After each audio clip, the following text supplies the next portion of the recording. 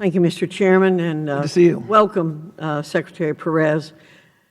I'm extremely concerned by the Department's repeated delays in issuing regulations implementing the Workforce Innovation and Opportunity Act, or WIOA. You've been very complimentary about it. I appreciate the Chairman's positive comments. The most recent delay of final regulations even more concerning, given the Department will be reviewing and approving state plans prior to the issuance of final regulations. This includes negotiating levels of performance, which will be used to determine whether a state meets the requirements of the law. It's outrageous the Department would hold states accountable to rules that have not been finalized. Given final regulations have yet to be issued, what basis is the Department using to approve state plans? Congresswoman Foxx, as I mentioned to you on our phone call, we've been working very, very closely with states since the passage of WIOA, and I'm very excited about the work that we have done. We did literally 41 pieces of operating guidance, 28 technical assistance webinars, and your teams have been involved in every step of the way. The majority of WIOA is already in place. It was implemented a year ago. What remains are the accountability mechanisms, and the good news there is because of the work that we've been doing together with states and with the help of your teams, you look at the number of states, over 40 states have WIOA compliant state boards. Roughly half the states have already prepared draft plans, and most importantly, the stovepipe implosion that WIOA contemplates, making sure that we build one big sandbox of opportunity. So it's not the education department one way and the workforce people another way, making sure we're working together. We've already issued state plan guidance that tells states what they need to do, and we talk to them literally on a weekly basis. And so I'm very excited about the progress, and I'm very appreciative because the regulations were over 1,800 pages, and they took a lot of work.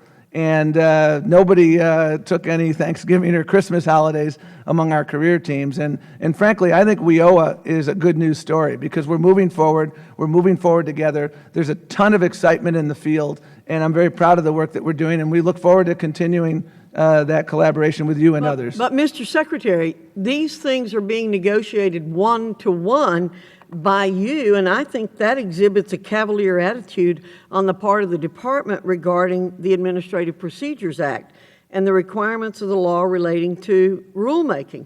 You know, Congress has prescribed a specific process for the promulgation of regulations to allow for public comment and congressional oversight. The de facto issuance of final regulations through the approval of state plans circumvents this process by making the rules effective before providing Congress with the opportunity to review them. And even in your own comments today, and I've made a list of things you all do: executive orders, guidance letters, program letters, notices, administrators' interpretation clarifying, memorandum, directives, reporting requirements, enforcement guidance documents, corporate and enterprise enforcement, technical assistance webinars you just mentioned. So all of this goes around the rulemaking process, which we think you should be doing, and it appears to us that you don't want to publish official rules so that the public can comment on them. You do new programs. The chairman mentioned new programs that we see as a way to get around this.